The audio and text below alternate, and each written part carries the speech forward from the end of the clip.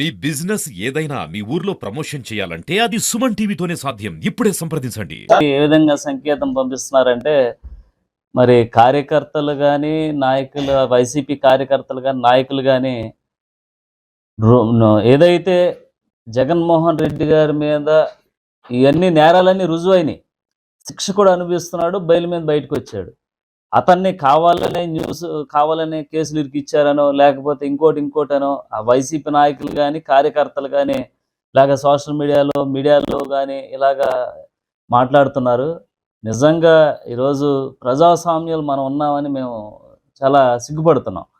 ఏదైతే 6 సంవత్సరాల తర్వాత ఈరోజు ప్రభుత్వం మారిన తర్వాత మొట్టమొదటిసారిగా సిబిఐ కోర్టుకి జగన్మోహన్ రెడ్డి గారు హాజరయ్యారు. హాజరైతూ అక్కడ సంకేతం ఏమిచ్చారంటే చట్టాలను కూడా ఏదైతే అతను తీసుకోకుండా, అతను గౌరవం ఇవ్వకోకుండా ఒక ప్రతిపక్ష స్థాయిలో ముఖ్యమంత్రికి చేశారు. అలాగే ప్రతిపక్ష హోదాలో ఇప్పుడు ఆయన ఉన్నారు.